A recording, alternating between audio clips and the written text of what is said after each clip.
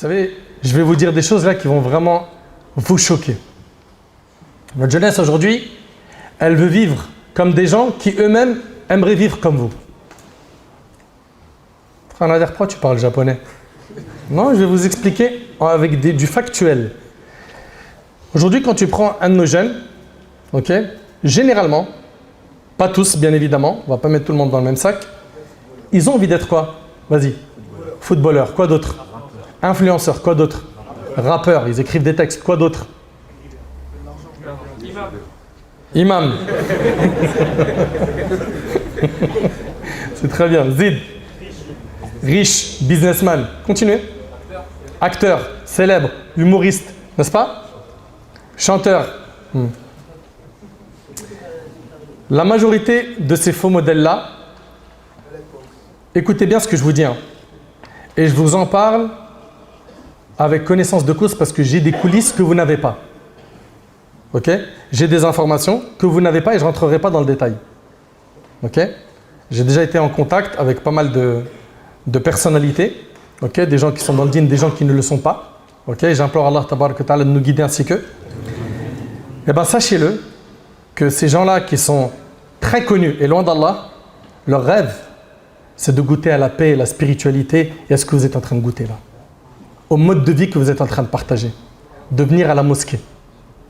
Eux, leur rêve, et je vous en parle, j'ai eu des communications téléphoniques avec certains, j'ai eu des WhatsApp, des échanges, ils aimeraient trop être à votre place. Ils aimeraient votre mode de vie. Et vous, vous voulez le leur. Et le leur, il est faux, et eux-mêmes ils le savent, et ils le confirment. Une petite story avec une Lamborghini, le soleil, le petit cocktail qu'on est en train de siroter devant la plage, on te fait croire que ma vie du matin au soir, c'est ça.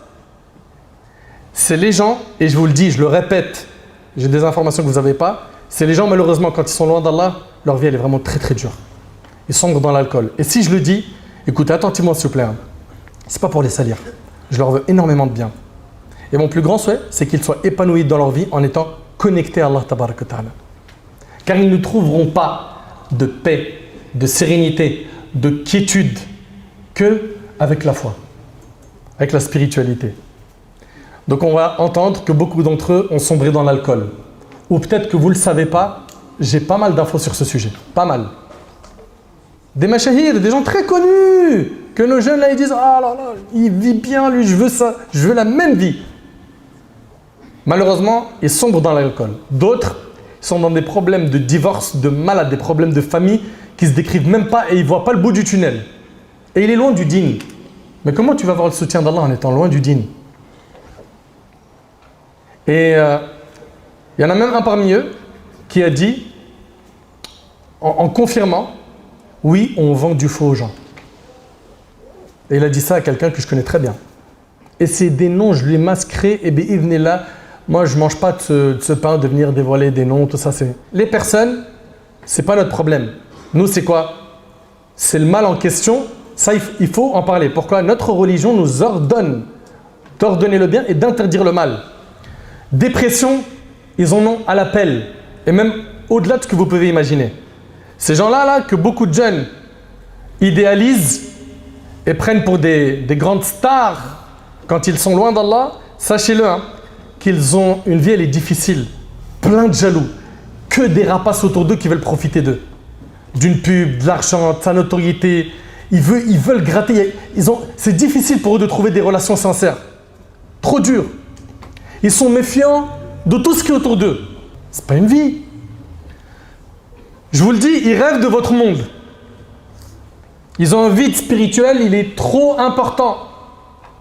Je ne suis pas en train de dire qu'on est des anges ici. Ok? Mais on essaye. On essaye de faire des efforts. On essaye de, chaque jour, faire jihad al-nafs, de faire des efforts avec notre ego. Et non, ces modèles-là, qui aujourd'hui cartonnent, qu'est-ce qu'ils font pour cartonner? Ça, c'est vraiment quelque chose, moi, ça me dépasse. Wallahi, mes frères, mes sœurs, avec tout le respect que j'ai pour vous, je n'arrive pas à vous comprendre comment vous faites pour regarder ces gens-là et diffuser, faire des copier-coller et leur faire la promotion. Et sachez une chose, hein, il n'y a pas de bad buzz, il n'y a que buzz. C'est-à-dire quoi, il n'y a pas de bad buzz? C'est-à-dire que même si quelqu'un fait quelque chose de n'importe quoi, comme dernièrement quelqu'un qui faisait n'importe quoi et sa vidéo elle a tourné un peu partout, le fait de la diffuser c'est un buzz. Oh regarde c'est grave ce qu'il a dit lui. Il n'y a pas de bad buzz, il n'y a que buzz. Dans la communication c'est comme ça. Donc vous quand vous voyez ces vidéos là où il y a des choses qui sont graves, qui sont interdites, qui sont anti notre dîn, hein, qui sont contre nos valeurs, tiens le frein. Ça y est, la vidéo, il faut qu'elle meure sans que tu la quoi? Tu la propages. Mais tu regardes, ce qui aujourd'hui cartonne, c'est quoi? C'est le fait de se moquer des autres. Dans leur story, il filme un tel et il se moque. Il met des gens qu'il est en train de regarder sur un écran, sa tablette, sa télé ou autre. Ça peut être n'importe, hein, des stars de télé-réalité ou autre, et il se moque d'eux. Il fait le commentateur. Et il se moque, des blagues, il se moque. Et avec ça, comme il dit des blagues, des vannes, etc., sa cote, elle est préservée. Parce que ces gens-là, leur capital, l'oxygène de leur vie, c'est sa cote. Ils la perdent, ils perdent le public, ils perdent l'argent. Et on est souvent, nous, dans notre Oumma, une grande cause de cette popularité chez eux. Parce que vous êtes curieux, vous les consultez comme le journal. Ils vont se moquer. Ils vont afficher leurs péchés en public. Jeu de hasard, pronostic. Ouais, rejoignez cette application, vous allez faire de l'argent. Et des fois, c'est nos petits frères, c'est nos petites sœurs, c'est des gens qui, alhamdoulilah, ils ont un bon fond, mais ils sont dans ça. Les pronostics, les jeux de hasard, c'est haram, c'est des grands péchés, ça, en islam. T'es conscient que tu fais la promotion de ça? Ouais, ce soir, l'OM joue contre telle équipe. Votez contre eux, et moi, je pense que, et on parie que. Et vas-y pour l'application, pour faire des paris sportifs, etc. Et combien parmi eux ont percé sur le long terme? Venez, on parle concret. Moi, je connais des gens, ils ont perdu des centaines de milliers d'euros dans ce monde-là. Les gains sont minimes. Les destructions derrière, elles sont à l'échelle de la famille. C'est terrible. Des gens qui ont perdu leurs femmes, leurs enfants, etc. Moquerie du dîn, ça marche. Ça fait cliquer.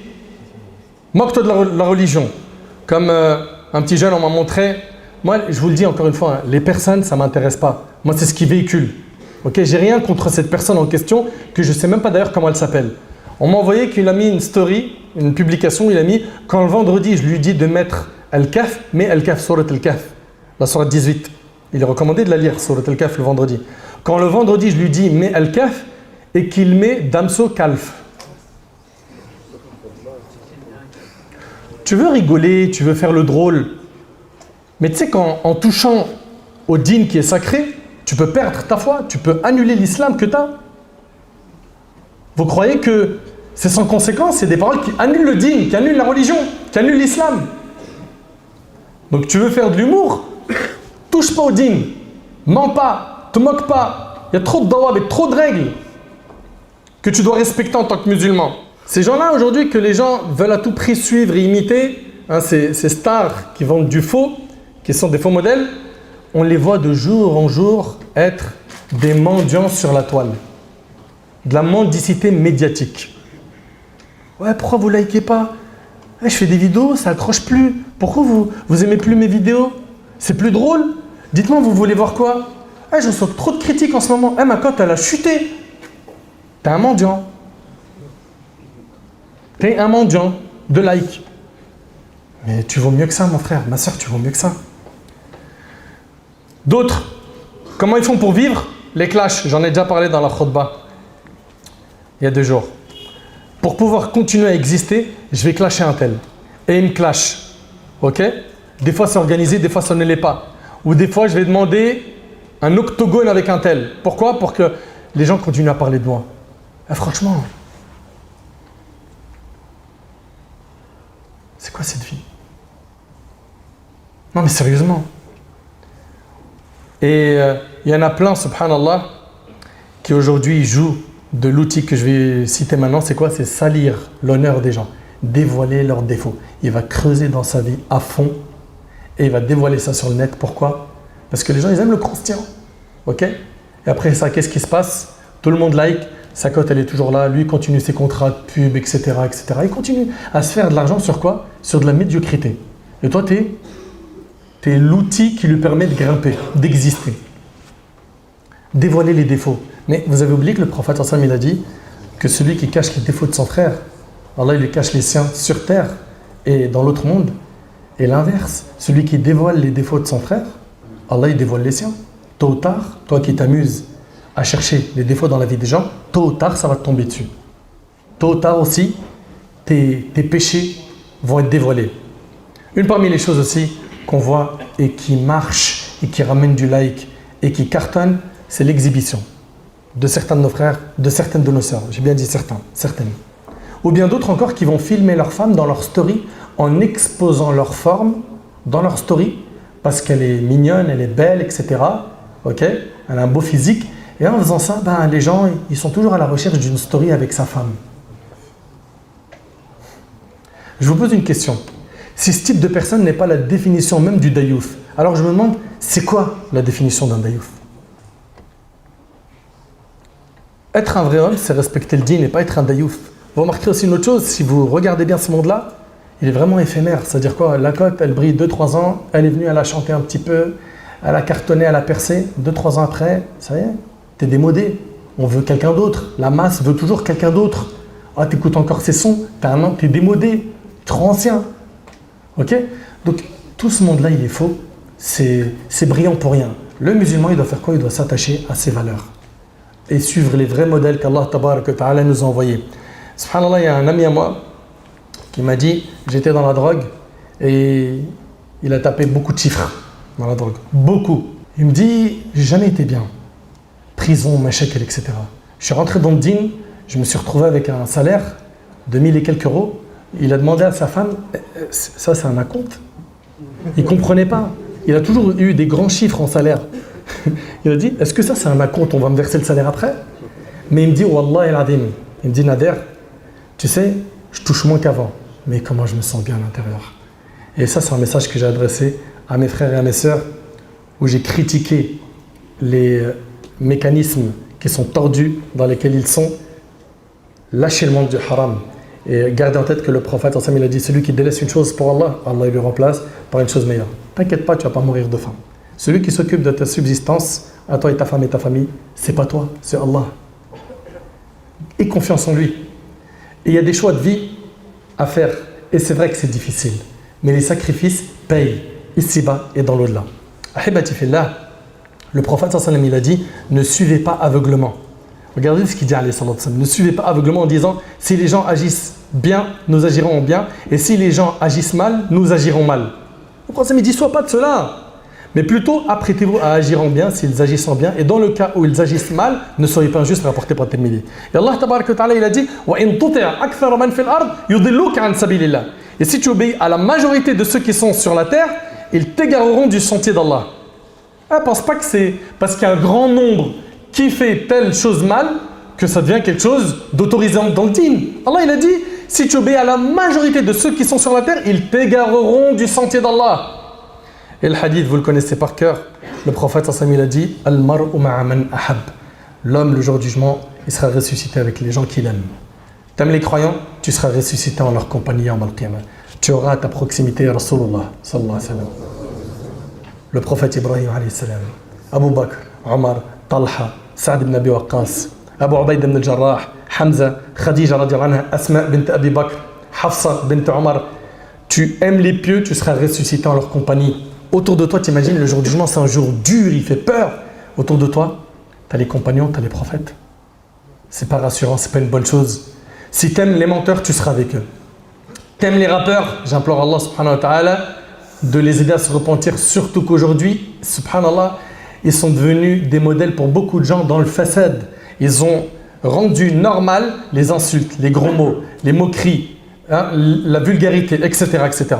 T'aimes les stars qui sont dans le haram, tu seras ressuscité avec ce que tu aimes. Pour terminer, Haibati Fillah, le prophète il a dit, ce moment dans le hadith d'Abu Kabsha, il appartient à 4 catégories de personnes. Il y a 4 catégories de personnes sur terre. Rapidement, le prophète il dit les biens de ce monde appartiennent à l'un de ces 4 individus. Quelqu'un qui Allah a octroyé une fortune, il a de l'argent et il a la science, il a le dîn. Il craint Allah dans la façon de dépenser son argent, il en donne à ses proches et il sait qu'Allah a une part dans cette fortune. Lui, il a la meilleure position. C'est quelqu'un, il a quoi? La religion et l'argent. Il dépense dans les nobles causes. Lui, c'est le numéro 1, c'est le top. Deuxième type de personne, c'est quelqu'un qui a quoi? Rapidement. Il n'a pas d'argent, mais il a la religion. Il aimerait être comme le numéro 1. Il dit, si seulement j'étais comme le numéro 1, qu'est-ce qu'il dit le prophète alayhi salatu wassalam? Il dit, il est alors jugé sur son intention. Lui et le précédent sont égaux dans la récompense.